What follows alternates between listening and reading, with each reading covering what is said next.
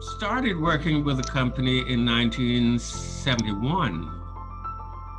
And I worked with the company through the years until 1980, full-time till 1980. When I went to audition for him, he said, "I'm busy right now. I would love to audition you, but I can't."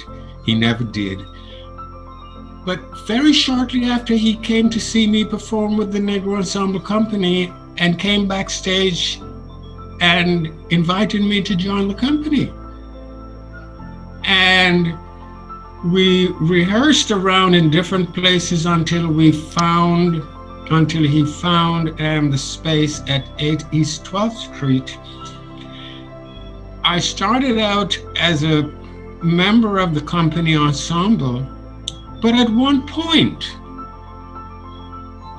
to make a few extra dollars, I used to clean that studio. I swept and I dusted. I cleaned the studio, then I would clean myself up and go to rehearsal. And to become a principal dancer, a soloist, the assistant artistic director, he's like family. My first awareness of Rod was seeing his company performed at the quote-unquote original Clark Center on 8th Avenue at 50th Street in the late 60s. Clark Center was a haven for many dancers and companies then, and one could experience on any given weekend, performances by the Chuck Davis Dance Company, Fred Benjamin Company, the Ailey Company, the Elio Pomare Company on the same bill. And I first saw Rod's company on one of those bills. And it shows a picture of Rod and Shirley Rushing from the piece that he choreographed, To Say Goodbye, which I later on performed in the company. And you could see a performance there for $2.50. Imagine Elio, Chuck Davis, Fred Benjamin, Rod Rodgers, $2.50, and the Ailey Company. So that was the first time I saw Rod's company. And I remember specifically his work, Tangents, which was performed at the time by Rod, Ellen Robbins, and Barbara Rowan. Little did I know that a few years later, I would be a member of Rod's company and performing that piece. But it left me, with a feeling of elation. I really loved that piece. And one of the other pieces I remember from then was an early work of his called Dances in Projected Space. And it was a piece that utilized tapings of the dancers and the dancers performing in front of those film being shown, and the interaction between what was going on live with the dancers and with what was being shown. So this was very early and innovative. And later on in the late 70s, a whole lot of companies started using that approach to presenting dance. But I'd never seen anything like that before. And that was another piece of his Beside Tangents on that program that really impacted me.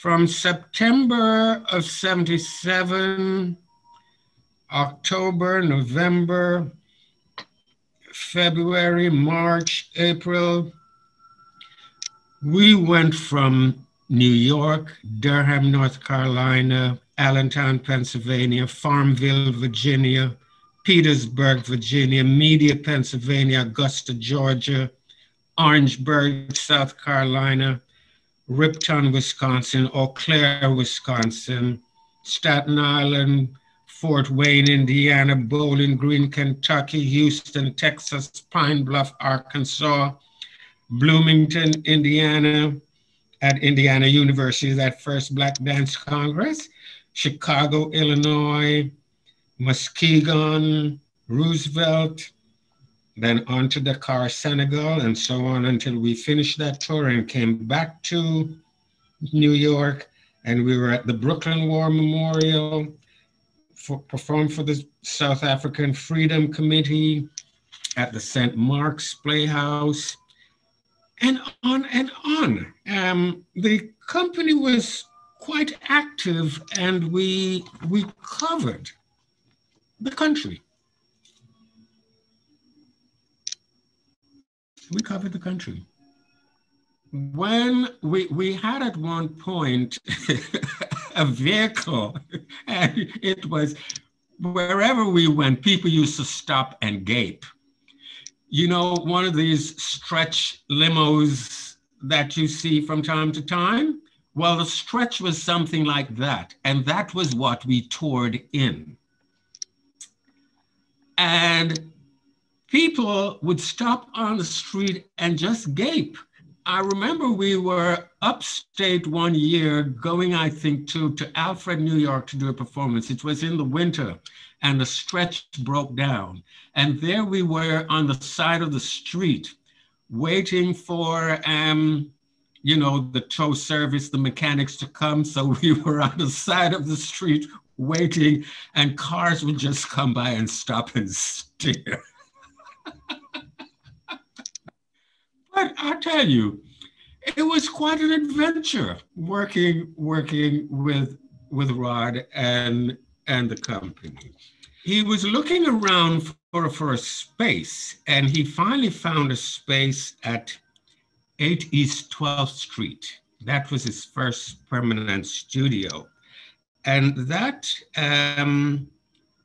had been the home of the Dance Notation Bureau. And they moved into bigger spaces, and Rod acquired that space. We were on the second floor. In the front was the office space. Then to the back, there was a room, go down a little hallway into the back, there was a room which was our rehearsal space. And classes were taught, rehearsals were had. We would rehearse basically Monday through Friday from about 1 to 4 o'clock. A lot of pieces were developed in that space.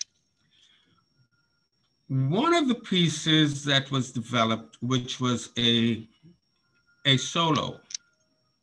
Shirley Rushing had been working on a piece for herself. And she said to me one day,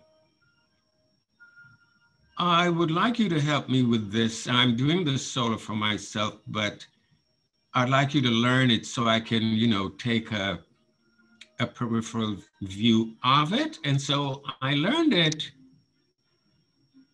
And the first time I performed it, I saw this change came over her. And she said to me, I can't do this piece, you have to.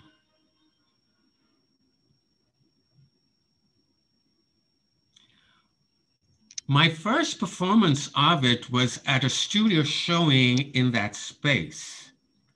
And someone came from the Village Voice newspaper, which was just around the corner on University. And they gave me my first glowing review of that piece. That piece went on to be the high point of my career. Rod took it into the company, and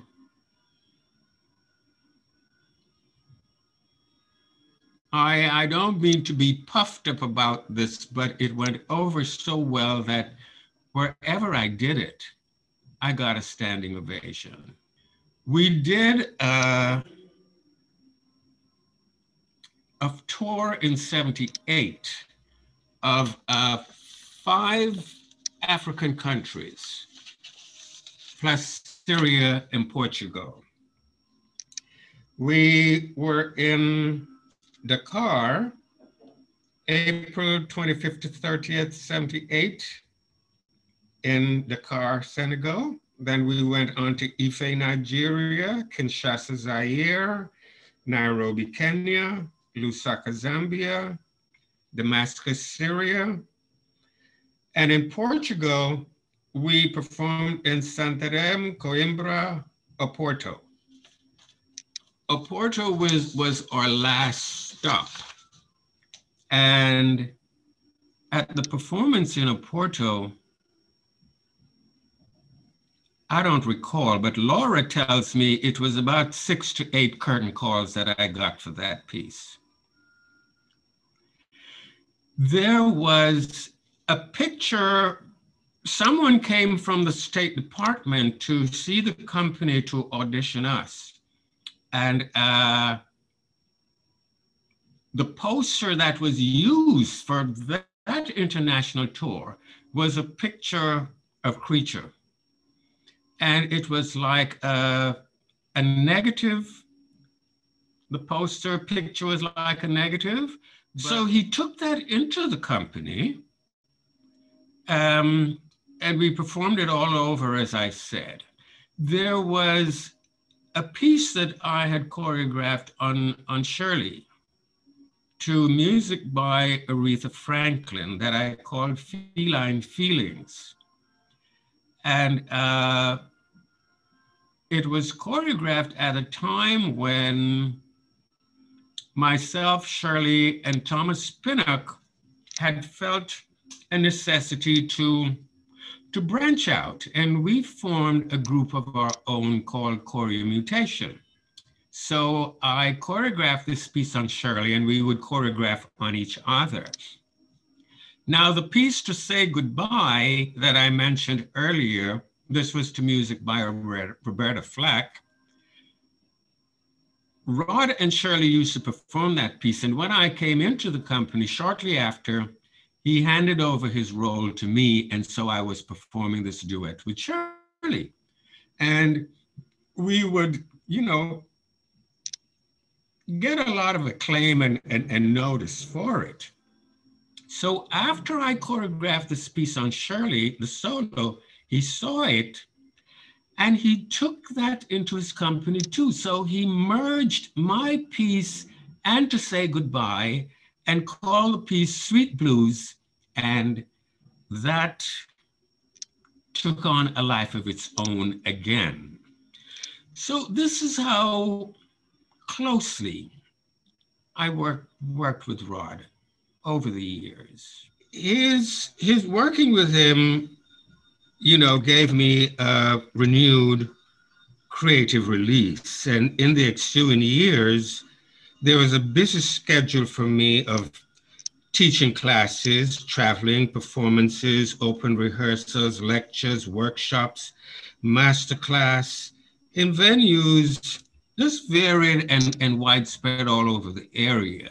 He would many times take me with him when he would go back to his home in Detroit to teach. So I had a chance to meet his family and you know, work very closely with him. Just going through my files, I came across a letter that he wrote to me concerning my decision to leave the company, and that he hoped that you know, our association and our collaboration would continue, which it did, because as I said, he brought me back several times as a guest artist. Yep. And of course, I was quite moved when I heard he had had a stroke. And I went to the hospital to visit him twice. And Kim was there each time I went. And although he wasn't responsive, I spoke to him because I know at a certain level, even when people are in a comatic state, they can still hear. Because I had that experience with my brother, who was in a coma in the hospital, which he never came out of. And I remember talking to my brother, and although he wasn't able to respond, I saw tears running down his face. So I knew he was hearing me. So I did the same thing with Rod and hoped that he was hearing me. And when it came time for me to make my remarks, which I made at his memorial, I was hardly able to get through it because I broke down.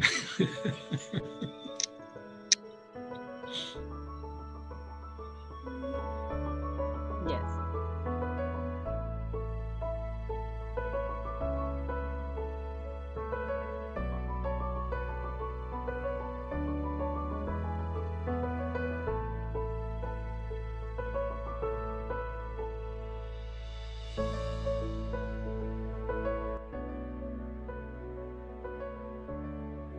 He was a man of vision.